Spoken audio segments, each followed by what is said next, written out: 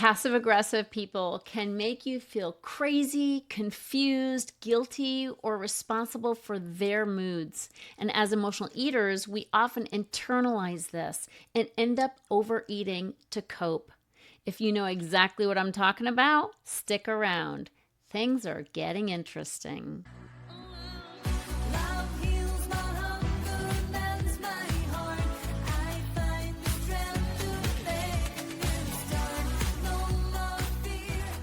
Welcome, everybody, to Confessions of a Binge Eater. In the last episode, we talked about how we, as emotional eaters, can slip into passive-aggressive behaviors when we're afraid to speak up. But today, we're flipping the script and talking about what happens when other people around us are passive-aggressive. Maybe it's a spouse who shuts down and goes silent. Maybe it's an adult child who slams doors. Maybe it's a friend who makes snarky comments instead of being honest. If you're someone who hates conflict, tries to keep the peace, and ends up overeating when someone else is moody or withdrawn, this episode is going to be life-changing for you. We're diving into why people behave this way and exactly how to handle passive-aggressive behavior without absorbing it, reacting to it, or, of course, numbing yourself with food. Let's get started. Okay, is someone close to you or someone at your job or in your community exhibiting passive-aggressive behavior? Here's what I mean by this. Perhaps you've said something that they didn't agree with, they didn't like, or that terrified them, and instead of telling you how they feel, they just go silent.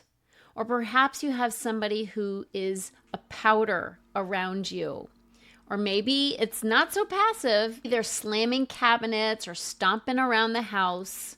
Maybe they're quick to say, I'm fine, or it's fine, but you know it isn't. Maybe someone super close to you is withholding affection.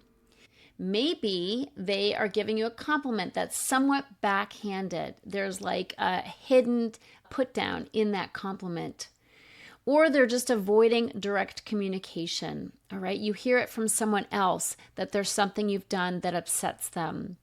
Maybe it's somebody who loves to guilt trip you when you've made a decision they're not happy with. If you relate to any of this, we're going to dig into how to deal with it because let's face it, as emotional eaters, this kind of behavior drives us nuts. Yeah, we do it ourselves. Check out the previous podcast for information about that. But we are around people who do it to us and it drives us to overeat. Why? Because it makes us super insecure, super afraid to have anybody unhappy with us. And what we do in reaction to people's passive-aggressive behavior is we do things like asking what's wrong, or what did I do, or are you mad? Maybe you over-apologize, hoping that that will turn them around and help them stop acting the way they're acting. Maybe you go overboard trying to cheer them up. You do a little dance, okay? Proverbial dance to try to get them to cheer up. And of course, we typically walk on eggshells when we know somebody's got that heavy energy that says, I'm unhappy with you or I'm angry at you. So whatever it is you're doing, if you're bending over backwards to try to make other people comfortable because of their passive-aggressive behavior, when we do these dances, it makes us feel bad about ourselves. We're still insecure in spite of doing it, and we eat to feel better, to just ease the tension within ourselves or forget the tension. But here's the problem. When we do what we do to try to compensate for their moodiness, we are literally training them to keep doing what they're doing because it's working, right? And they're getting the message, I don't have to express myself because you'll guess and cater to me when I act this way. So clearly, we want to change this.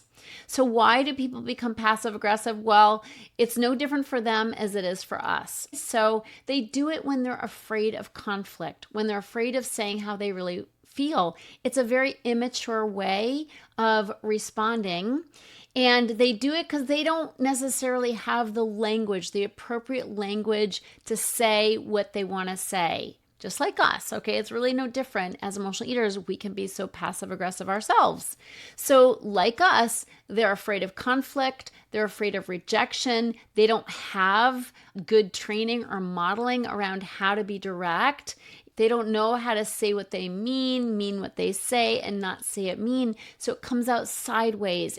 And it's also very controlling, right? Because all of a sudden you are diminished to a state of just trying to figure them out and please them, running in circles, trying to get them to stop being angry because you don't know what's going on and you want to fix it right away because you're uncomfortable. As emotional eaters, the worst thing in the world is having somebody mad at us. Am I right or am I right? So, first of all, you're not responsible for other people's feelings. Let's get that to our core. We are not responsible for other people's feelings. Ooh, I want you to tattoo that on your arm and read it daily. Also, you don't need to be responsible for keeping the peace. What you need to do is get okay with there not being peace in the moment.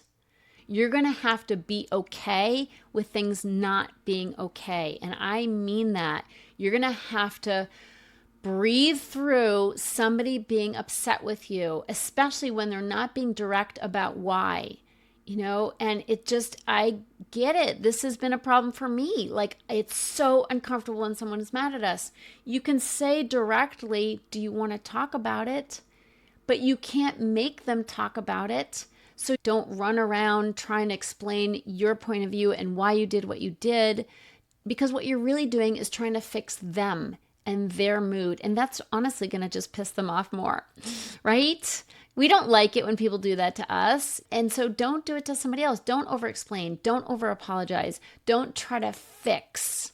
You're going to be okay if they're mad.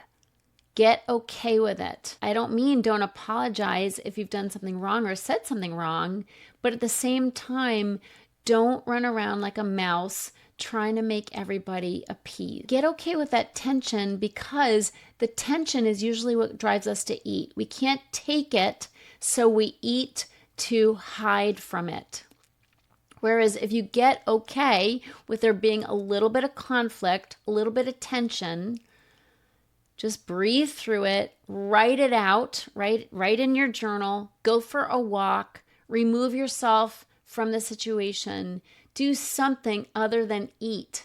Don't hurt yourself just because there's tension and conflict. And don't prostrate yourself and start apologizing when you don't have anything to apologize for. We're so good at that, aren't we? We do it because we'll go to any lengths, even taking the fault for something that isn't ours, just to stop the tension, just to stop feeling so darn uncomfortable with somebody else's unhappiness or somebody else's dark mood. So I want to offer you some tools for stepping out of the dysfunctional dance. All right? So the first tool is stay grounded. Don't get hooked. Passive aggressiveness is bait. The other person, either consciously or unconsciously, wants you to react so that they don't have to be direct. So don't do it. Stay calm. Stay in the adult mode.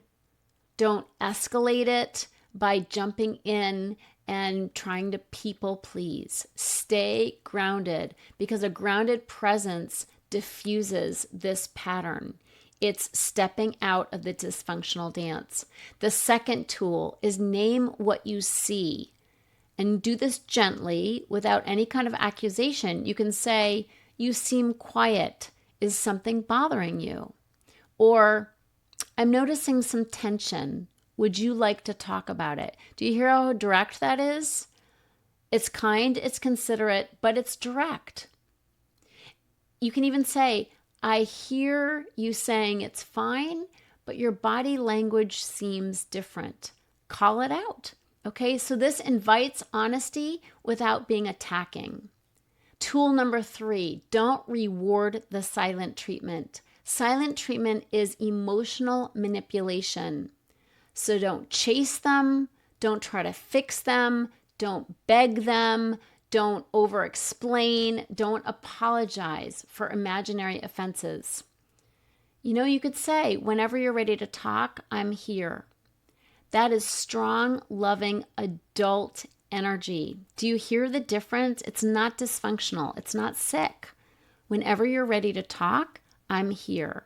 It is standing in your power and not getting rattled by something that's going on inside of them.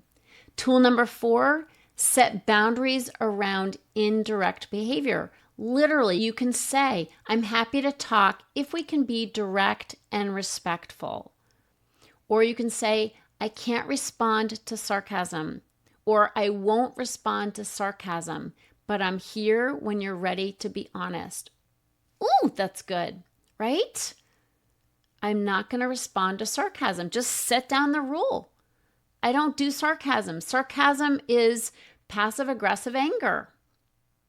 Also, I don't want to play games. I want to have an open, honest discussion about what's going on. Do you hear how empowered that is? See, boundaries help you stay sane, so you don't have to go into this spiral of fear and guilt. Tool number 5, don't match their energy. So if they're pouting, don't pout back, right? Don't act like an 8-year-old if they're acting like an 8-year-old. Stay mature, stay steady, and stay self-respecting. Adult energy pulls the dynamic upward. It up-levels you both into adult mode instead of childish mode. Tool number 6, know when not to engage. So not every behavior requires a response, and sometimes the healthiest choice is emotional neutrality. So you can walk away. You can literally say, I'm going to take some space, and give them some space. Focus on your own calm. Don't force a resolution or a conversation. You can remove yourself, go for a walk, take a little time to write, pray, meditate, whatever you need to do. Call a friend who is neutral and safe. Tool number 7, focus on your feelings, not on their behavior. This is so important. So if something is directly affecting you, what you can do is you can say, when you go quiet like that, I feel disconnected. I'd rather talk things through. Are you open to that? Again, call it out and own how you feel when things are happening, like silent treatment, like being quiet or stomping around. So be clear, be honest, but don't be reactive. So these are some tools that can really help when you're in the heat of passive-aggressive behavior. You can't do a lot about them, but you can do something about you. First and foremost, don't turn to food. Nothing gets solved if you eat and stuff your feelings. Okay? I'm giving you some really important tools that you can use instead. Might they be scary when you first use them? Of course. But you got to start somewhere, so start practicing them. So here's what happens when you respond differently. When you focus on you and you make changes in how you respond. First of all, the tension decreases. You will definitely feel more in control of yourself, like you'll feel empowered. Food won't be your only go-to anymore. You'll have options, much healthier options. You'll be less reactive and you'll feel more grounded. And most importantly, if you hold on to these new behaviors, if you stand in your power, the relationship will either improve or it'll get worse. But the point is, you won't get worse. So they'll either come along with you and up-level the way they communicate, like they'll accept your invitation to be adults in the relationship, or they won't.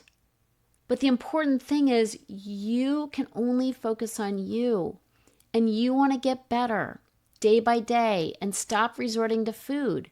So regardless of what they do, whether they accept your invitation to up-level or not, you will be getting better. You will be stepping out of the dysfunction. I'm so excited for you to try some of these new tools. They're so much healthier than stuffing your feelings and insecurities with food.